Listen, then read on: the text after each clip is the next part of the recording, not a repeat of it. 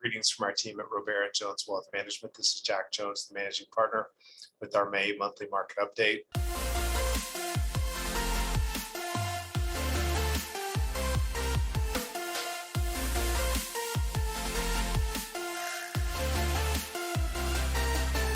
Before I begin, I want to thank our valued clients for the trust and confidence that you place in us. The best part of our day is time spent directly serving you. We understand that these markets are volatile. There's a lot of concern and nervousness. So please reach out to us with any questions that you may have, and we look forward to talking to you soon. We want to thank those that attended our recent quarterly investment forum over lunch at Perry's. We had over 100 participate, a lot of good fellowship. Hopefully we shared some interesting information about the markets. It's a delight to be back in the habit of doing these post-COVID. We hope you'll join us for the next one. So clearly a lot going on. We're going to try to unpack a lot of things today. If you have teenage kids like I do, you know that they speak in emojis. This is kind of a cycle of market emojis to think about, and kind of an ironic summary point, which is you go from all of these phases regarding market cycles. The time at which you're at maximum financial risk is the time that you're the most euphoric.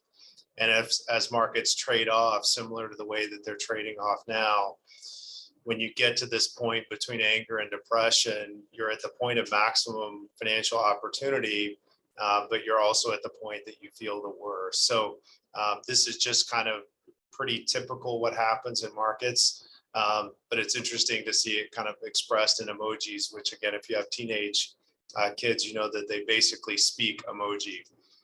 So there's a lot of reasons for this concern. Volatility has clearly picked up.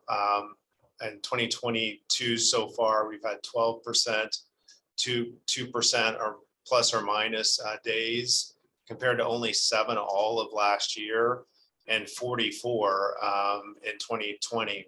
So we're on pace for 36. So again, a much more volatile start to the year.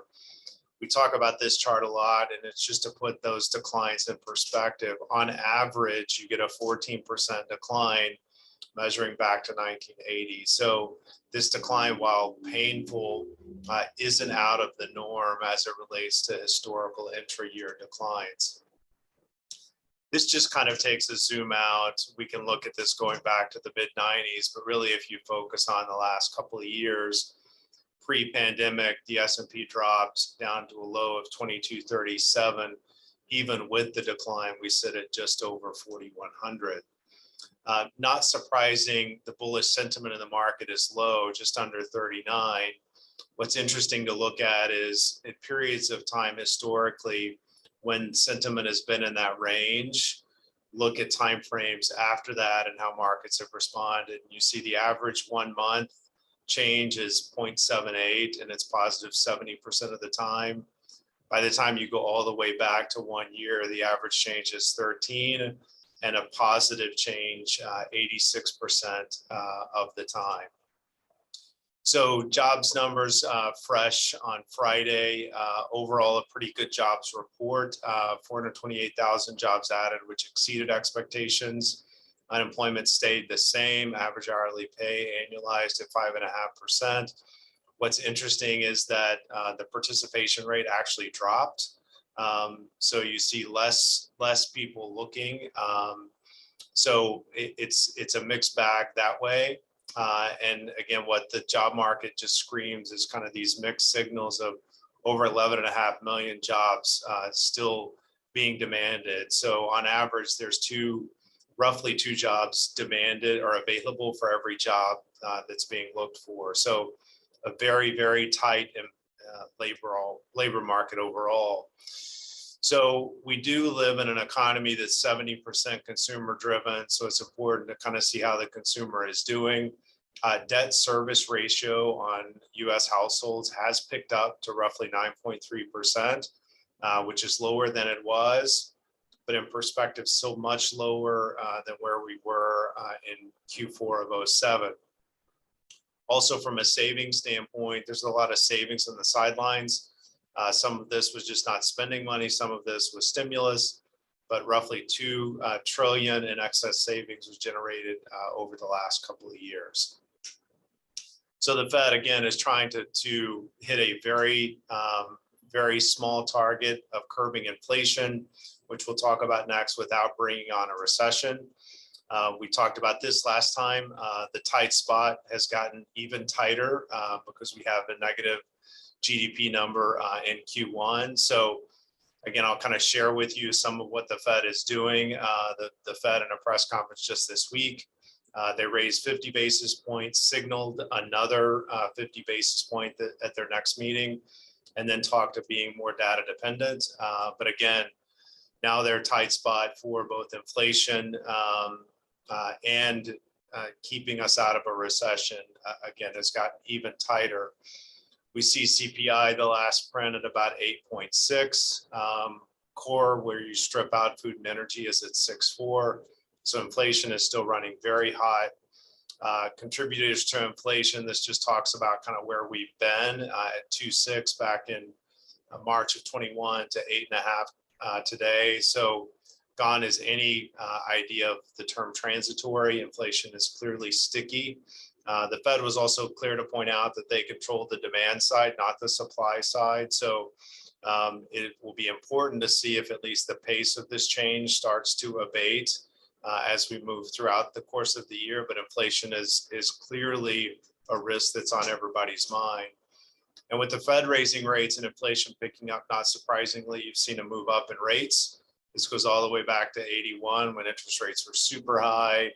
There's basically been a 40-year bull market in bonds as rates have gone down. Now we see rates ticking up just a little bit. Back to the point of the Fed trying to park in this really tight spot. Now we have a U.S. economy that contracted in Q1 at a negative 1.4% pace. Again, the definition of recession is 2 quarters, so you need another one to contract. The likelihood of a recession is picking up, although it's still not certain. But again, that just makes that parking spot the Fed's trying to park in even tighter. So we have mixed signals. We have, on the one hand, the consumer's doing pretty well. Profits are doing pretty well. Wages are picking up. Unemployment is pretty low, but that's up against inflation and a contraction in Q1. We've also kind of seen a sector rotation. Netflix is the kind of the most vivid example, down roughly 70% for the year. And what that shows us is that, and we've talked about this before, that now the top 10 S&P 500 companies, which represent about 29% of market cap, are now only representing 23% of forward earnings. So this is something that's changed. Netflix is part of that contribution. So you continue to see a move from growth to value, and for companies that more reflect better earnings projections going forward. So this is just a longer look at kind of bull and bear markets, with the bulls being the blue and the yellows being the bear.